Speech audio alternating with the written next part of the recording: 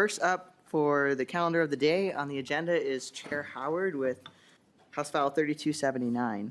The plan is to lay this bill over. So Chair Howard, would you like to move your bill in front of the committee? Yes, Chair Kozlowski. All right, so moved. Chair Howard, would you describe your bill? Members of the committee, this bill, House File 3227, is the Our Future Starts with Home constitutional amendment. The grounding for this bill is the challenge that we've been talking about in this committee all session long and for years, which is that here in the state of Minnesota, we face a massive housing shortage, and with each passing year, it becomes harder and harder for Minnesota families to live the American dream, where they work hard, earn a good living, and have enough to afford their home, to rent or to own, to have enough to feel safe, stable, and to be able to live in the community where they want to thrive.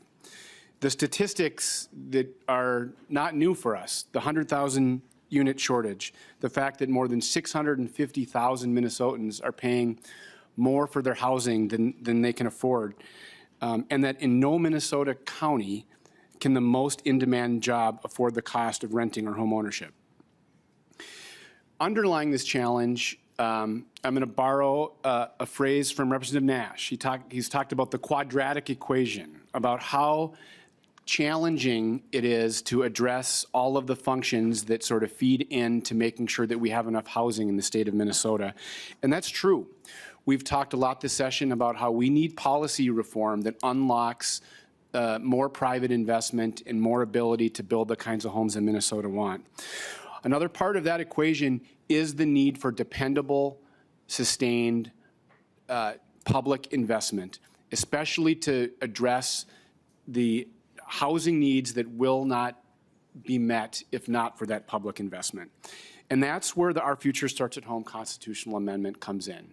A plan to provide dedicated revenue for housing, to treat it like the statewide infrastructure, critical pillar of our state that it is, through question to Minnesotans about raising the sales tax 3/8 of 1%, similar to the legacy amendment, which has been incredibly successful, so that we can set Minnesota on this course to solve our housing shortage and to make sure that in every county and every community, Minnesotans can afford a place called home. This resource would generate an estimated $400 million annually for 25 years. It's a truly transformational way to think about the way we would invest in housing. And why, I want to just acknowledge the why. Why go to a funding stream like this? And I would say, one, what we're doing hasn't worked. The Minnesota Housing Finance budget is 0.3% of our state general fund budget. And when you look at the scale of the importance of housing in the state of Minnesota, that is just nowhere near where we need to be. And I really liken housing to a type of infrastructure in the state, the way you might think about transportation, which is an area of our budget that does not rely so much on the general fund, but on dedicated revenue sources. And we should treat housing similar, as a function so vital to our state's future and strength that we provide a dedicated source of revenue. When you start from a 0.3% part of our state budget, it is incredibly challenging to create the systems level change we need in our state. And so finding a new dedicated source like this and asking Minnesotans if they support it is critical to this function. So here's how this bill would work in practice. Similar to the legacy amendment, we would create a council to distribute funds and largely bucket the money raised to address the major issues along our housing continuum. One, to address the direct housing assistance through housing vouchers to make sure that Minnesotans can stay safe and stable in their homes. Two, to build the rental and multifamily housing, affordable multifamily housing that we need, and two, to invest in building more affordable home ownership opportunities. So it focuses on ways to help people stay stable in their homes and also build the supply, and especially the kinds of homes that would not likely be built if not for public investment. Without a stable home, nothing in anyone's life is stable. And so what this transformational constitutional amendment would do would provide Minnesotans the opportunity to help set our own destiny and put us on a course to ensuring that everyone in the state of Minnesota can afford a place called home. And with that, I would turn it over to my testifiers.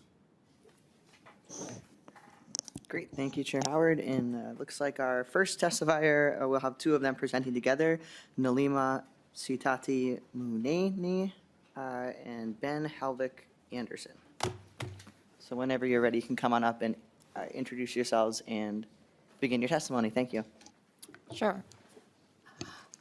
Thank you, Chair Kozlowski. Thank you, committee members. My name is Nalima Sitati Munene. I'm the Executive Director of ACER, the African Career Education and Resources, Inc., and I am also one of the co-chairs for the Opportunity First Starts at Home Coalition. We're a coalition of over 80 organizations across the state of Minnesota so far who have come together to address the lack of a permanent source for housing in Minnesota. Now, we believe this is a very important issue and this solution is important in addressing the long-term housing issue that we have been dealing with in Minnesota for such a long time. Now, over time, we all know what works, but we have not been funding the solutions that work. And when we do fund the solutions, they're either temporary, short-term, or we're not funding the right solutions at the required scale that is needed to either resolve the issue or even make a tangible difference. So what this bill does, it proposes 4 buckets of funding to be distributed across the Housing Board. 25% will be for household and community stability. There will be 2 buckets for rental opportunity. One is for rental assistance and 25% to be allocated to Bring It Home Minnesota, and 25% to create home ownership opportunities that are really needed. So what do these numbers look like? Over 25 years, we have the opportunity to provide at least 28,500 new rental units or at least preserve 200,000 existing rental units. Over 25 years, we could add an additional 25,000 new starter homes or finance 50,000 new home buyers. Now, this is important and has become abundantly important because the current average age of a first-time home buyer in Minnesota is 40 years of age. That means that we are locking out a lot of our young folks from the opportunity to afford a home. This constitutional amendment is one part of a larger housing vision that includes appropriations, bonding, and policy changes, as well as local investment, federal funding, and policy and private partnership. The current high housing costs, rent increases, poor quality rental housing, and lack of starter homes, all of these things are already imposing a housing tax on the people of Minnesota, and especially those who are hardest hit in our community. These folks include service workers, people who work in restaurants, retail, home health care, and more. What that would look like, for example, in my community is it will enable someone like Miss Mary in my community who is retired and spent all her working years working in the local school district and serving our children to be able to maintain her home, because right now she's at risk of losing her housing because she's retired and she's on a permanent income and the cost of housing just keeps increasing. We're urging you to support this bill. Thank you. Thank you so much for being here. To our next testifier. Thank you, Chair Kozlowski and members of the committee. My name is Ben Helvik Anderson. I'm the Vice President of Beacon Interfaith Housing Collaborative and fellow co-chair of the Our Future Starts at Home campaign. And Beacon is in full support of this, and I'm a co-chair, proud co-chair of this, because Beacon believes that the biggest thing our housing system needs in Minnesota is predictable, ongoing public investment. One example of why this is the case is the current unstable position of our effective homelessness response system is very much a result of our one-time funding approach. nonprofits that care for our most vulnerable housing Minnesotans through shelters, transitional homes, and as Beacon does, supportive housing, hold it together through fragile, fragmented funding, often from one-time sources. When one funding source leaves, such as we've seen with the federal government's Continuum of Care program, we risk our whole homeless response system collapsing. But this does not have to be this way. Predictable revenue would be transformational. Here are some examples of what it could do. With Our Future Starts at Home, we could create, with the housing stability bucket, more than 4,400 new supportive housing units over the next 25 years, moving us a significant step closer to ending homelessness in our state, while also stabilizing our existing supportive housing infrastructure. These investments mean children stay in school and succeed, while parents find the stability to breathe, move forward, and leave the trauma of the streets behind. Also, with this amendment, Our Future Starts at Home through the rental assistance would create 8,300 new housing vouchers, stabilizing over 25,000 low-income families who are one paycheck away from a crisis of losing their home. You all led, and we're so grateful to all of you in 2023 for passing the Bring It Home Minnesota voucher program that created around 5,000 vouchers in the world, where we know a housing voucher is so scarce. You could over double that new allocation of state vouchers with this constitutional amendment and dedicated revenue.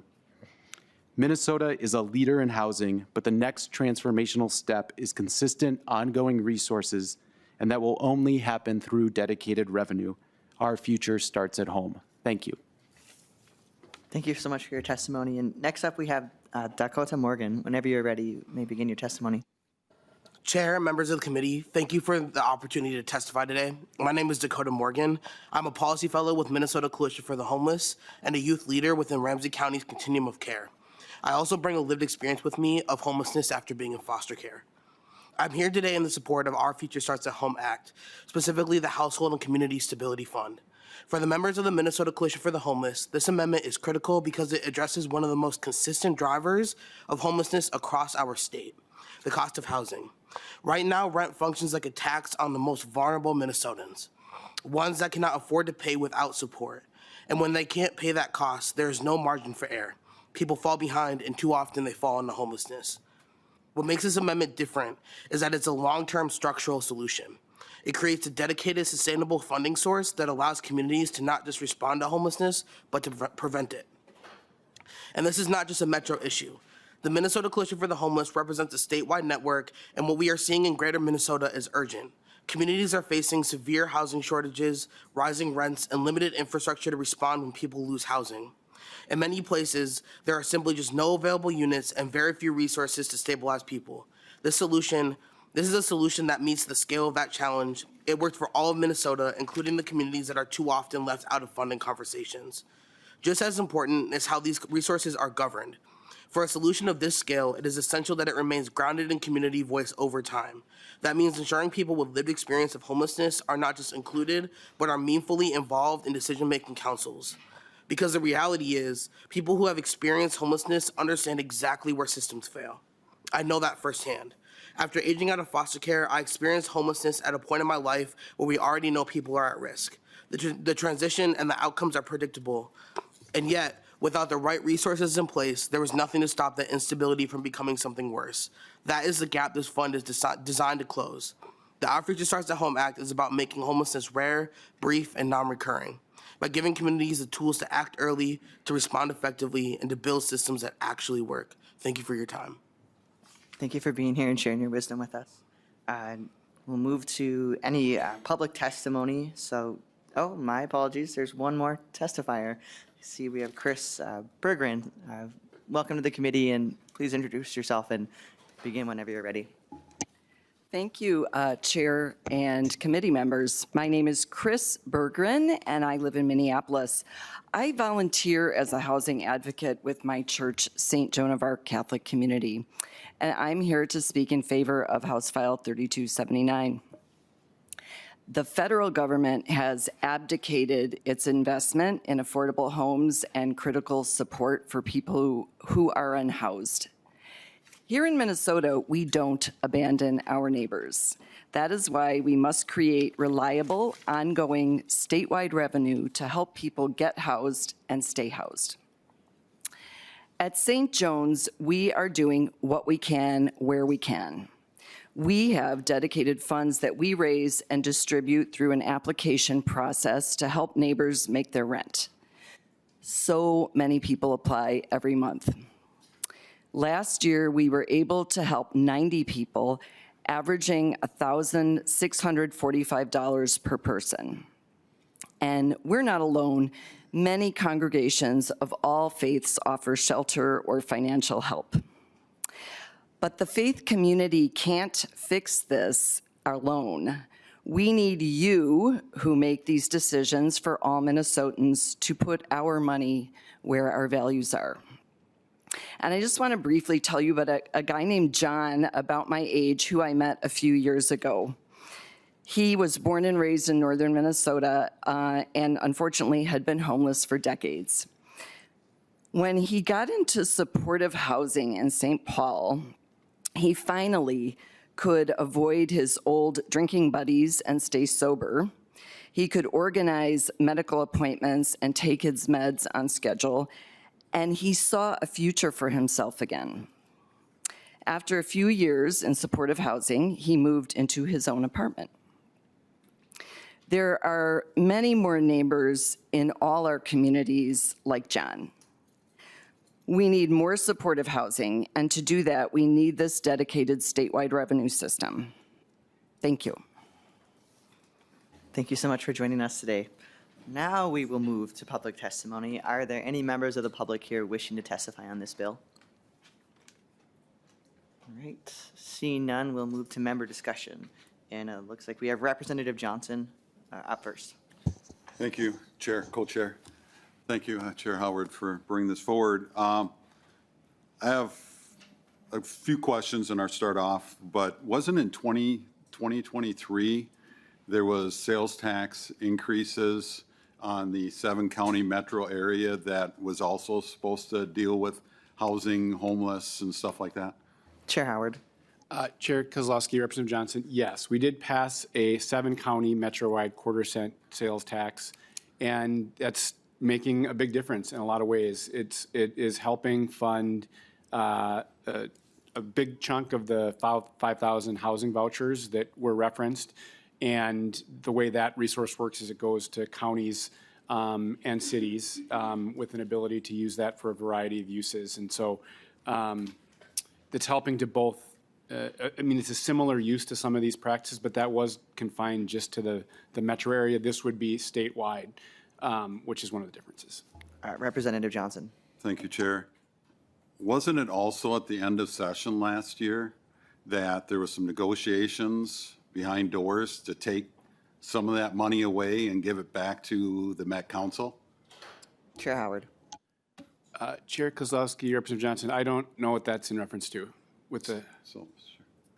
Representative Johnson. Thank you. I know it happened because we had counties down here screaming, and we had testifiers coming in that money that was already spent, that there was a decision to take that sales tax away from the counties and give it back to Met Council. I believe it was a bill, and maybe it was on the tax, was Tapke was speaking about that, was pushing that bill. Might have been the transportation bill, but back to Chair Howard. Yeah, Chair Kozlowski, Representative Johnson, I believe that was in reference, it was a 7-county metro tax, but I think that was in relation to maybe the transit, a tax related to transit and use of resources that did not have an impact on the metro-wide sales tax dedicated to housing.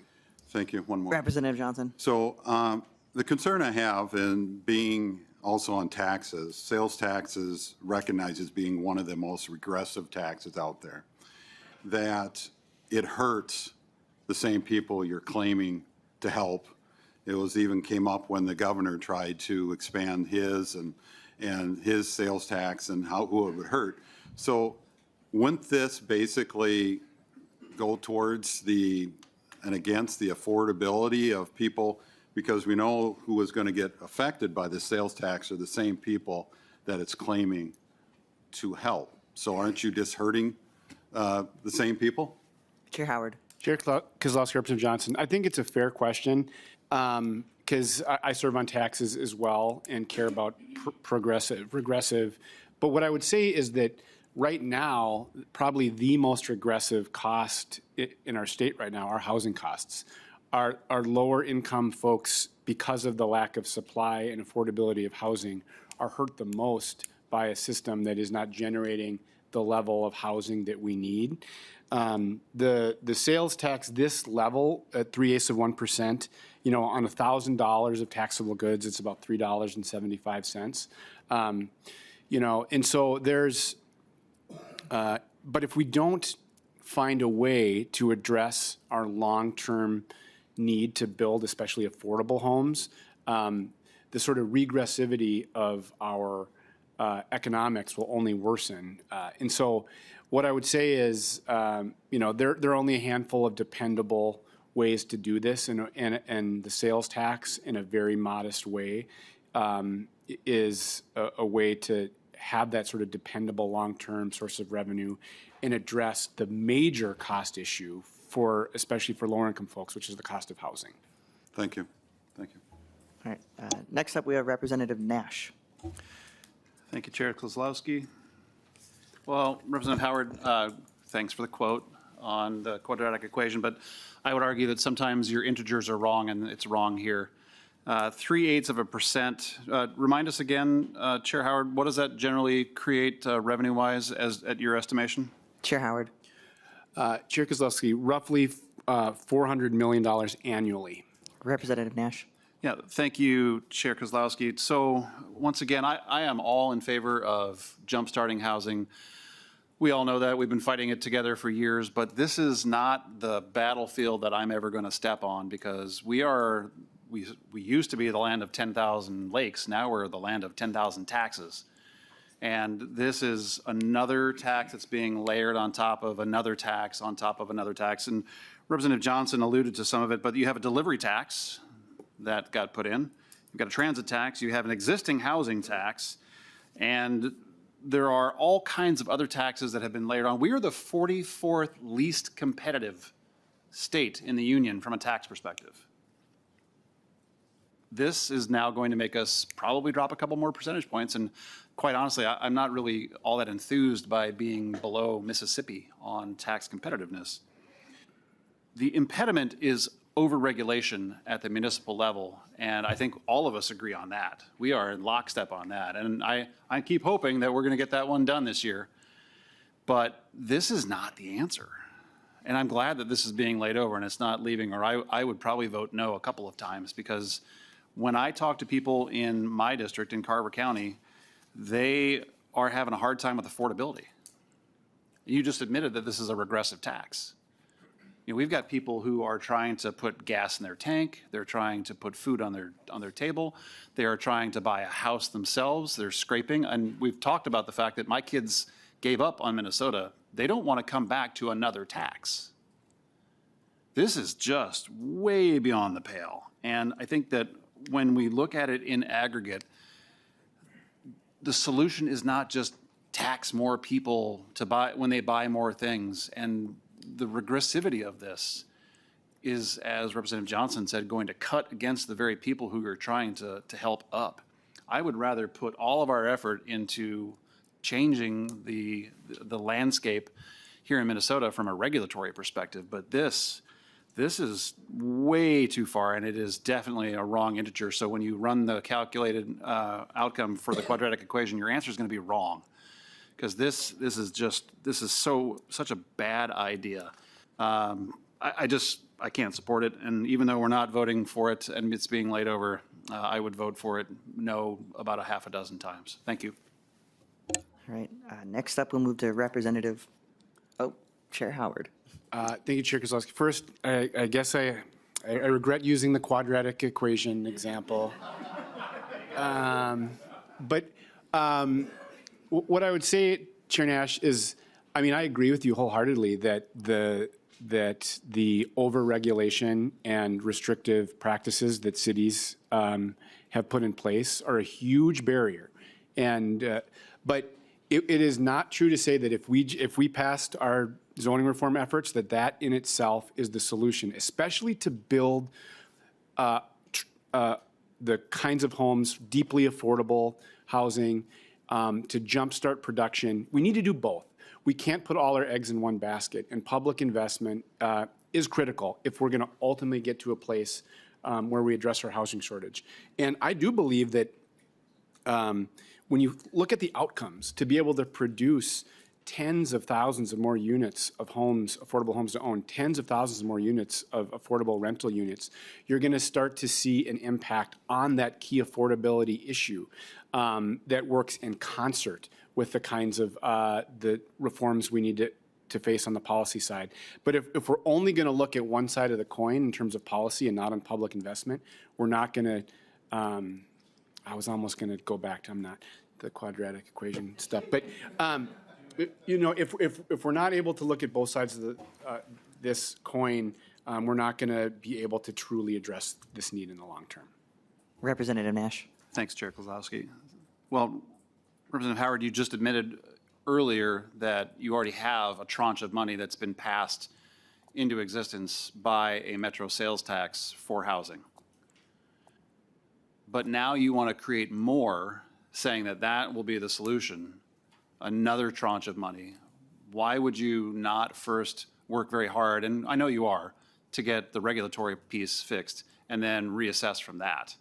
Just trying to pass another tax into existence it's so offensive to the people who I represent, and probably all of you represent too. If you were to take a poll and say, hey, how do you feel about yet another tax?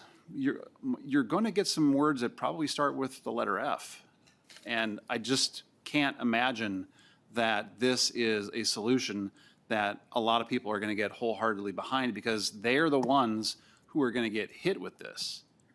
And again, I just had a town hall recently, and affordability was a huge topic of conversation. This is so far beyond the pale. So thank you, Chair. Chair Howard. Just quickly, I just make the note that, you know, this bill is a poll.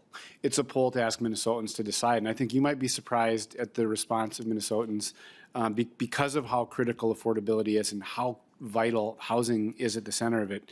You know, I wouldn't be bringing this bill forward if I wasn't very confident of how Minnesotans would answer the question. All right. We'll move to Co-Vice Chair Dotseth. Thank you, Co-Chair Kozlowski. Chair Howard, I understand your heart behind this bill and what you're trying to do, but the question I've got is this tax, and of course I step in lockstep with the words that Representative Nash and Johnson have shared today and their concerns, but the question I've got is this tax, will this also apply to building material on the affordable housing? Chair Howard. Chair Kozlowski, it's a sales tax. I'd have to, you know, it's applied just generally to the sales tax, so I assume it would apply. It would apply. Vice Chair Dotseth. Thank you, Chair. How does this make housing more affordable at this point when we're taxing on top of it? The question I've got next would be is your intent to eventually take this statewide and push this for a statewide tax on all items across the state of Minnesota? Chair Howard. So a couple things. How this helps bring down the cost of housing is the funds that are included in this bill would go to the production specifically of housing that's affordable for Minnesotans and their communities. So dollars would be spent from the money raised to build more units at a more affordable price. So you're going to have thousands of more Minnesotans be able to have more choice and more opportunity to find a home that's more affordable and to pay less out of their daily budget on housing. And a reminder, right now the numbers say that 650,000 Minnesotans right now are spending more than 30% of their whole income. This is their largest budget item, and every year that number grows. And so by investing public resources in the creation of affordable homes to rent, affordable homes to own, you're going to have more choice, more opportunity for people to pay quite a bit less for their housing. And your second question was, would be a statewide sales tax. So we would ask the whole state of Minnesota during the general election, do you support a 0.3% sales tax increase statewide? Vice Chair Dotseth. Thank you for your, thank you, Vice Chair, or Co-Chair. Thank you for your clarification on that. I think Minnesotans have had enough of the tax, and they're just struggling just to get by right now. I'm just concerned about how much is enough as we move forward, but thank you. All right, we'll move over to Representative Myers. Thank you, Chair. Thank you, Chair Howard. We had a little bit of a debate initially when this went out on the floor, and you talked a little bit about polls, and we had a debate on the floor about allowing a poll for the housing tax last time that you didn't give the 7-county metro area that opportunity. What has changed now that now you want to do that? Chair Howard. Thank you, Chair Kozlowski. I would say one difference here is that the way that this proposal is set up is similar to the legacy amendment, where we're putting more control into the hands of Minnesotans and setting this into the state constitution. And the virtue of that is that it provides more sort of dependability long-term for this type of fund to last in perpetuity in a way that's built off of a similar structure of the legacy amendment, which has been successful. That just wasn't the structure we took with the Metro-wide sales tax. Representative Myers. Thank you, Chair. I think, that answers my question. Is probably 2 years ago, you felt like you didn't have the votes from the general public, so you got it passed on your own.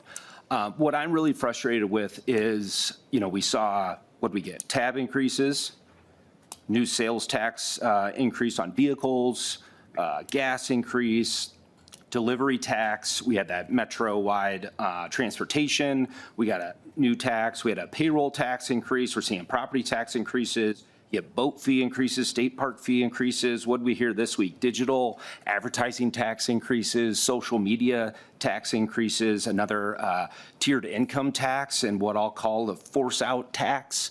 That if you're in the tax committee, you heard that today by the tax, or this week from the tax chair.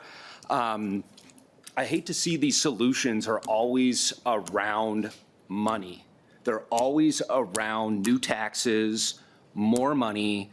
And I mean, we heard it today from a lot of other people. I mean, if we're not listening to our constituents about what things cost, and this is going to impact everything. I mean, somebody gets into a place, if they have a car breakdown, they're gonna have to pay, tax on that. If they've got to get new appliances for the place, if they're gonna have to fix sheetrock, if they're gonna have to buy anything related to a home, they're gonna pay more tax for that.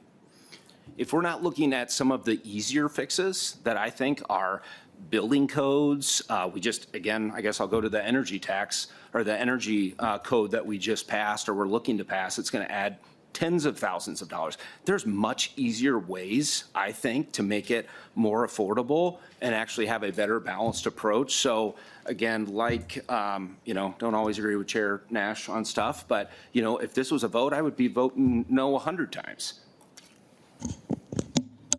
Thank you, Chair. I don't know if you're allowed to do that, Representative Myers.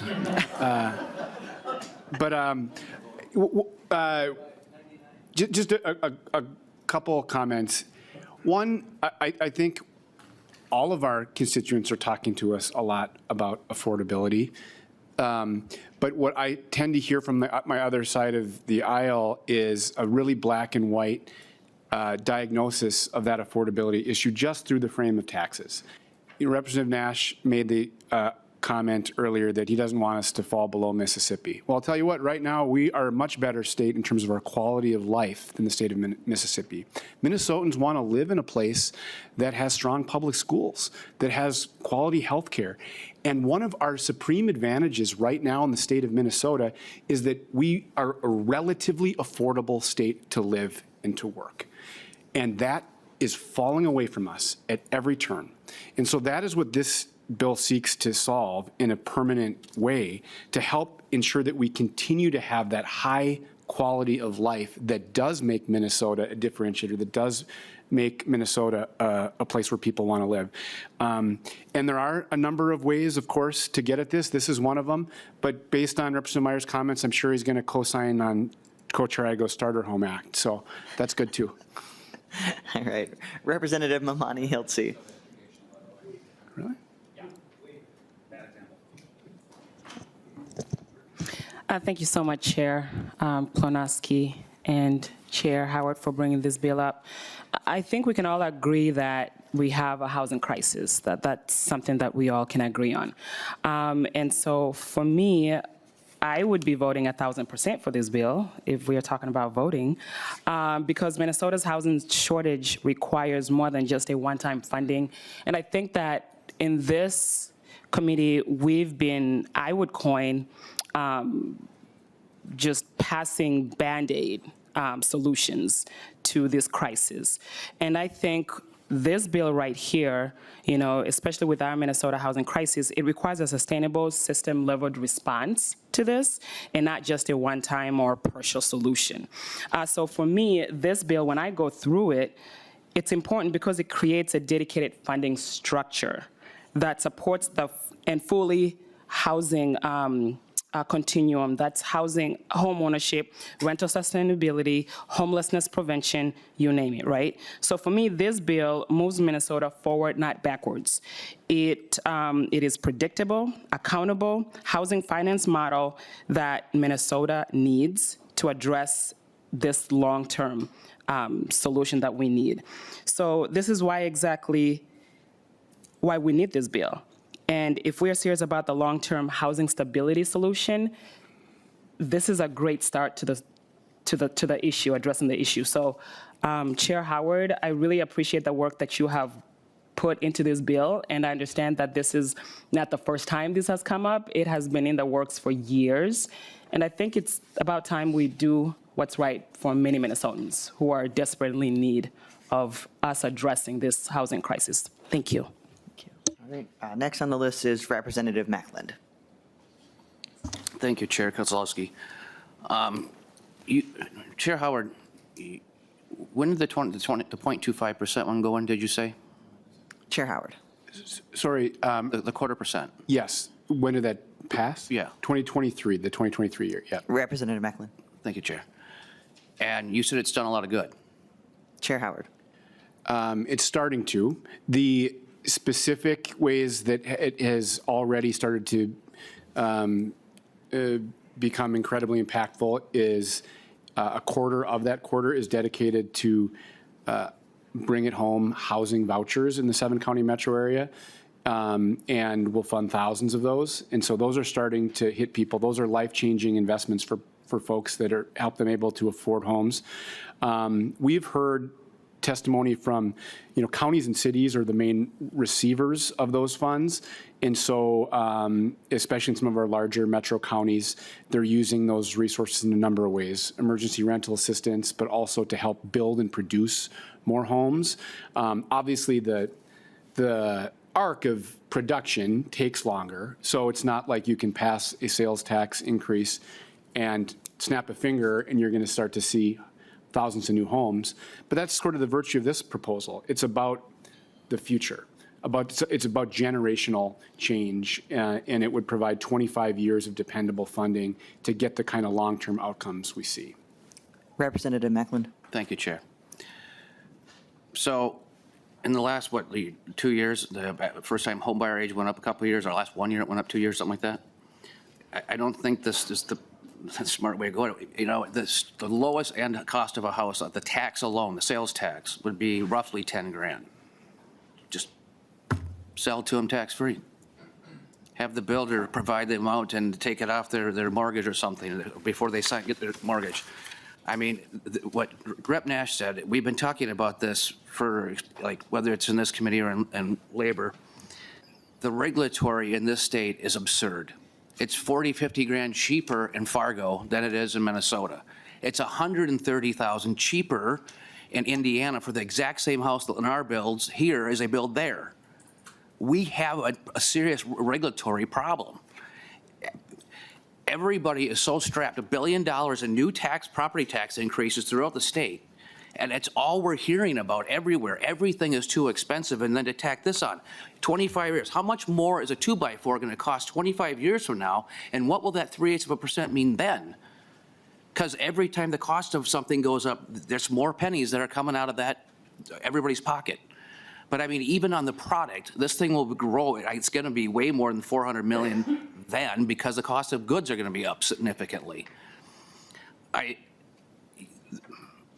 This is actually surprising to me that with all the new taxes that everybody's mentioned here, and there are certainly far more clever ways we could make housing more affordable, but we've all seen in this committee the pushback from local government, but yet they keep applying more and more things. I mean, it was the city of Corcoran, 5 years ago, that was tripling the cost of permit fees just so they could remodel their damn city hall.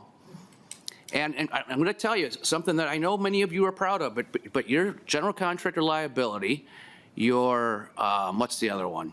Misclassification, your wage theft law that you passed back in, 19 or 20, and now with the PFML and the SST, if you add all those together, and even more so just the last 3, that in itself is a $77 increase on roofing.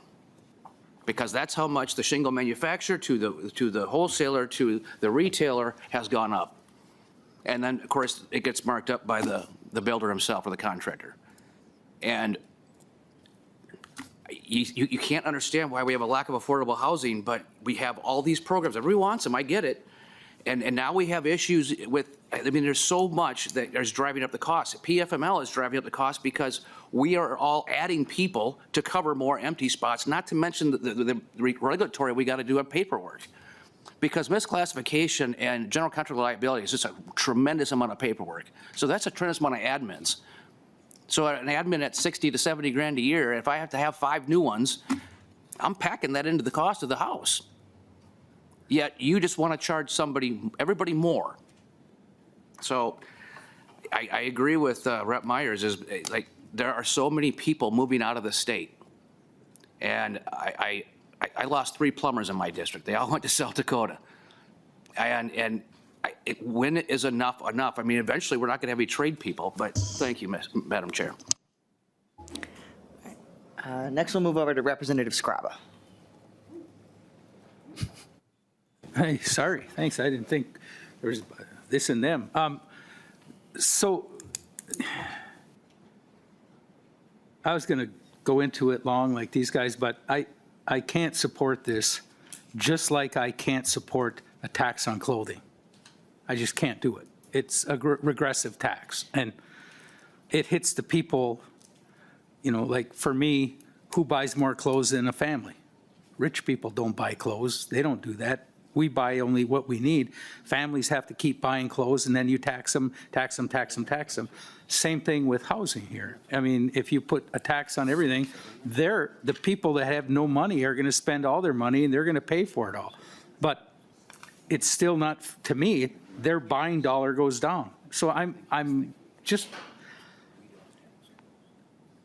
I think there's a better way. The last bill is something that I want to talk more about, what we see today. But this one I'm having a hard time with. Thank you. All right, we'll move over to Co-Chair Igo next. Thank you, Chair Kozlowski. Chair Howard, I'm going to start with this. I wish we could amend our rules for this committee because the quadratic equation should not be involved as a word that's allowed in this committee. And if I ever have the ability to chair a committee again, it's going in my rules. Calc 2 was a class I did not make it through in college. So moving on from that, I just want to start, because I was curious, we're talking about taxes a lot, so I looked up Merriam-Webster with the definition of taxes. There's 2 definitions. The first, a charge usually of money imposed by authority on persons or property for public purposes. The second definition, a heavy demand. And I think you heard from my side today, the heavy demand that taxes are.